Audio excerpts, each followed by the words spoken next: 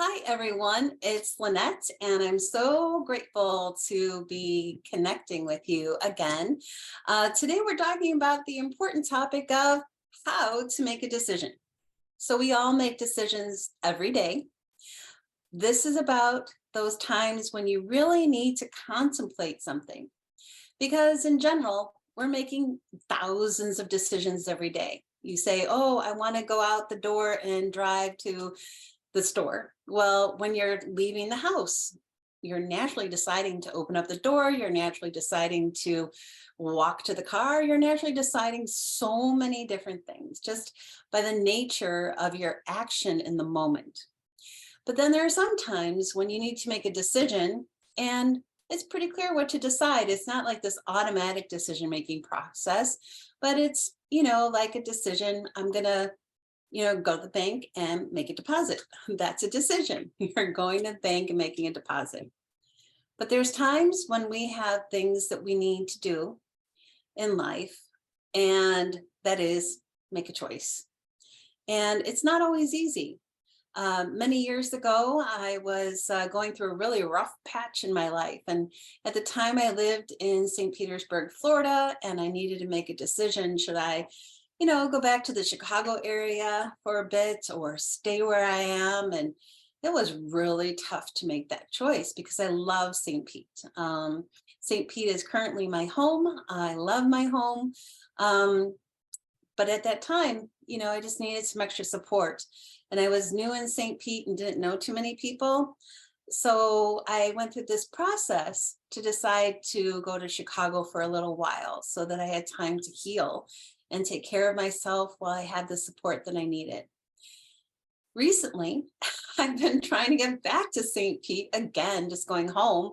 I came to the city of Chicago to help my mom with her home, and I've been looking to go back to my home in St. Pete. And there was this one recent experience when I had everything packed, because it's not just like I have a suitcase and I'm going home. There's different things I've had at my mother's house for a while, and I needed to get that in the car and bring it with me, and some things I shipped. But at any rate, so I'm in the car and I'm driving to the expressway. So those of you that are familiar with 294 South, that's what I like to take to connect into Indiana, because it avoids a lot of the backup and things downtown. So anyway, so I drove over to 294 South. I'm by the entrance. And even on my way there, I was just like, well, why don't I just stay a little longer to spend Thanksgiving with my mom? Now, you have to understand my trip home has been delayed a few different times for different reasons. And my cord just popped out of the thing for some reason. I don't know why. So, I'm there close to the entrance and noticed that it was going to take like about an hour and 50 minutes or so to go the distance that normally is about an hour.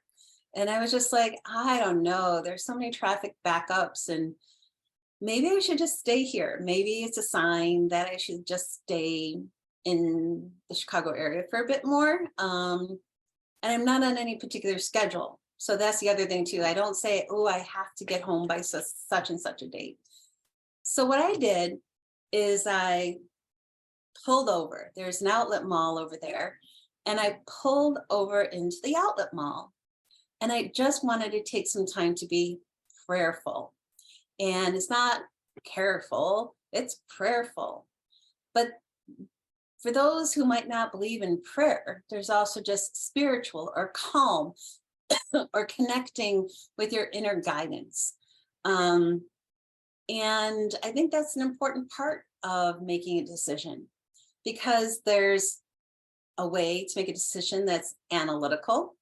There's a way to make a decision that's emotional. And there is a way to make a decision where you're centered and you have the time to really contemplate, not only analytically or emotionally, but looking holistically at what you might want and what might be better for you and for everyone around you.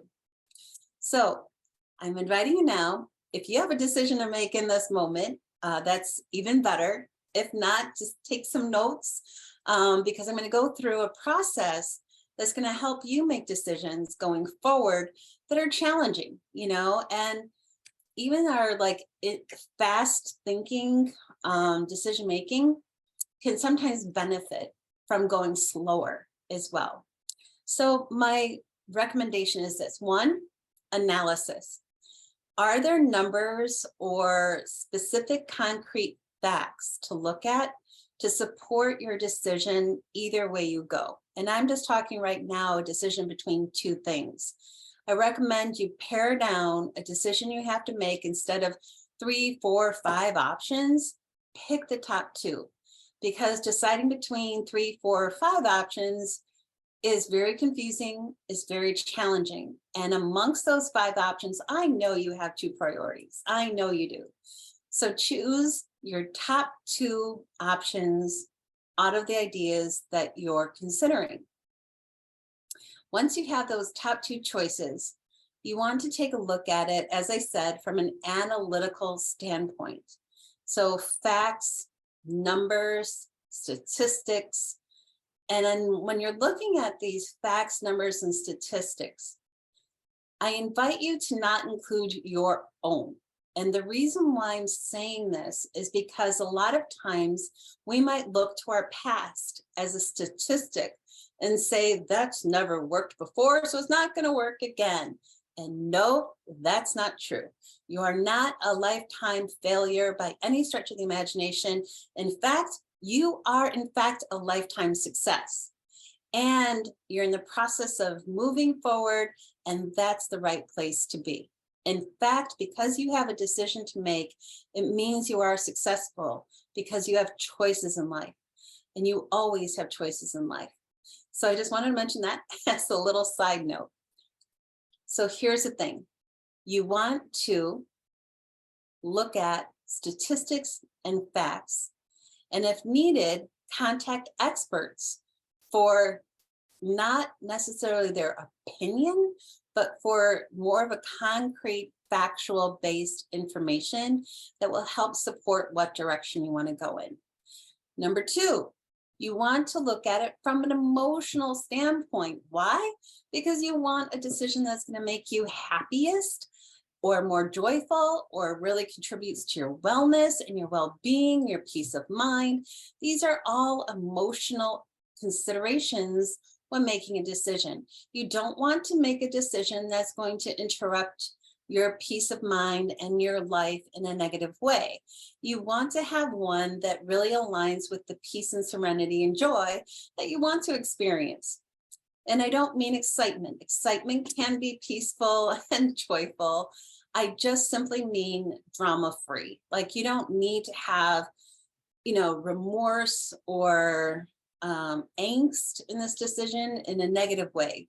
There might be like some anxiety, there might be some concerns, but you don't need negative aspects influencing your life. So I want to mention that. So do an emotional checkpoint. Then finally, after you consider the facts and you consider emotional aspects, take some time simply to sit with the ideas and the options that you want to decide between. That's very important, because when you take this time to be calm and you really align a vision of what your life would be like with one idea, and you take the time to envision what your life would be like with the other idea, you will notice that you resonate a certain way, and that will give you the answer. So for example, when I was at the outlet mall in the parking lot, I was thinking about my life. Okay, I was being slower and more prayerful. Oh, here we go. Sorry about that. That's right. That's a sign. But anyway, I didn't know my alarm was going to go off then. But I wanted to say that I was being more prayerful and more, I was taking time to really tune in to my spiritual self to see which option would be best for me. So what I chose was to stay and enjoy Thanksgiving with my mom and some neighbors, And I ended up staying in Chicago a little bit longer because I wanted to get some more things taken care of. And I'll get on the road going home in a couple of days. And I'm okay with that. I'm okay with making the decision to change my plan. Go now or wait for a little longer. So you have a decision to make too. So I'm going to outline those for you here again. So narrow down your decision to two choices. Look at the analysis between the two. Think about your emotions around the two. And then be prayerful or take some spiritual time to really envision what things would be like with either choice. And here's the best part. Not only make a decision, take action. So that's it for now. I wanted to just say, if you have some things to share with me, pop it in the comments. I look forward to hearing from you. And if you have ideas for future sessions like this, I would be grateful if you made some topic recommendations. We have a lot of cool things coming up with Big Time Happiness in the very near future, especially consistent content starting in January. So lots of cool things are coming up. If you want to be a part of it, tell me some ideas. Tell me if you would like to be featured in some of our episodes, because it would be great to have you. That's it for now. Sending lots of love to everyone. Bye for now.